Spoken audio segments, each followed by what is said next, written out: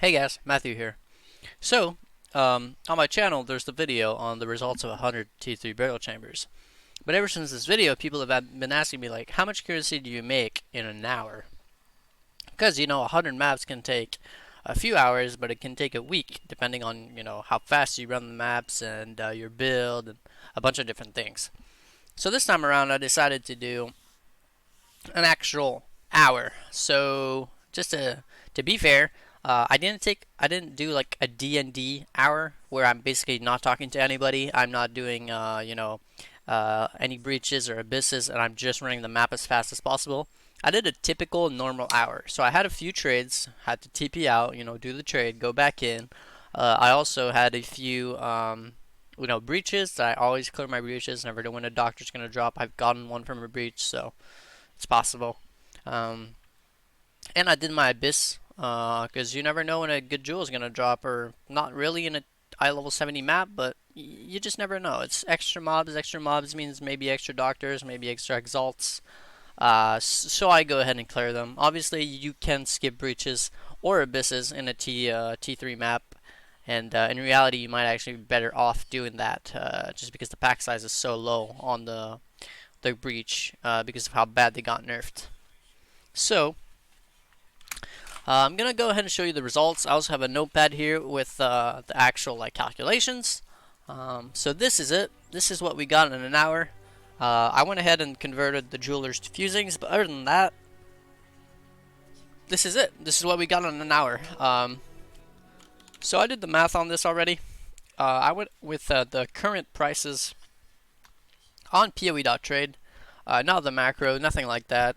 I just manually checked everything, and it seems like this was our results. So 92 fusings is 59 chaos, 11 chaos is 11 chaos, a GCP is a chaos, 20 cartographers is 12.5, 17 Alex is 8.5, 7 regals is 7, 5 vals is 8.5, 8 regrets is 8 chaos, 6 scours is 3 chaos, and 7 white sextants is 21 chaos. For a grand total of damn it, divided by 1.5, 25, 139.5 chaos.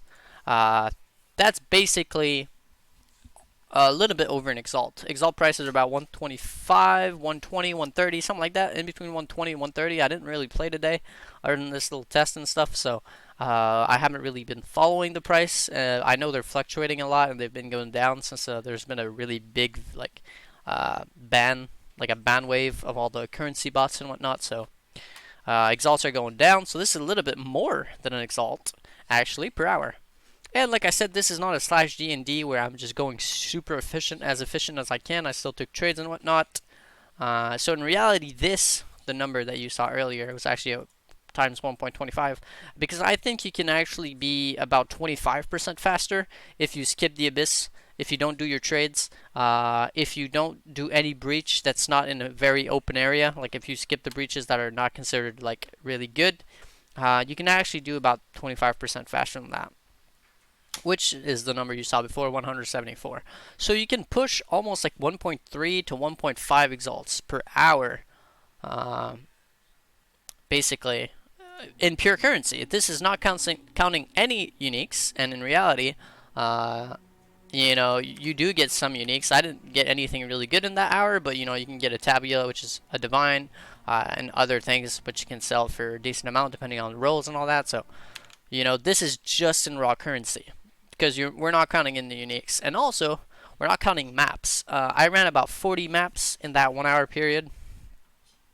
So running 40 maps means I probably got about 60 to 70 maps back, and I sell my maps 0.5 val, and they sell very easily and very fast in bulk.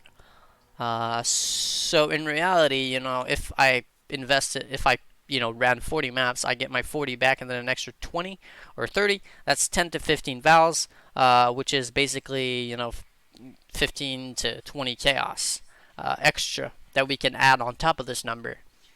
So it's definitely a good bit of currency. Like, you can push upwards of 2 exalt per hour in running like T3 burial chambers if you're running them very, very fast and efficient. If you go like slash D&D and just put everything you have into just mapping as fast as possible, being as efficient as possible, having very accurate mouse clicks. Every time you have a chaos, chaos orb or anything else that drops and you're just clicking around it trying to pick it up because you're trying to go too fast and you're having non like very inaccurate mouse clicks, you're losing time. So you can push upwards of 2 exalt per hour. Obviously, it's maybe not going to be always like up to 2 exalts per hour.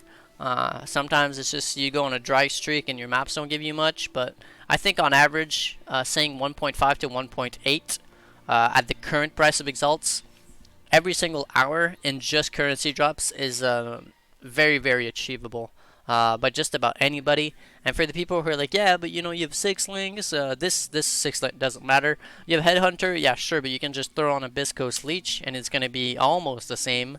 Maybe not quite as fast, but almost. Then a 6 link, yeah, sure, but in reality you could do it with a 5 link. When it comes to T3 burials, it's going to be more than enough damage. If anything, you can always just skip the boss. The boss just rarely ever gives anything.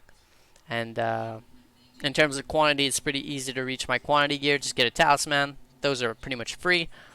Gold worms are very cheap. Pariahs can be changed for some 10% venters, so you're only going to lose like 10% quant by having 2 venters with 10%.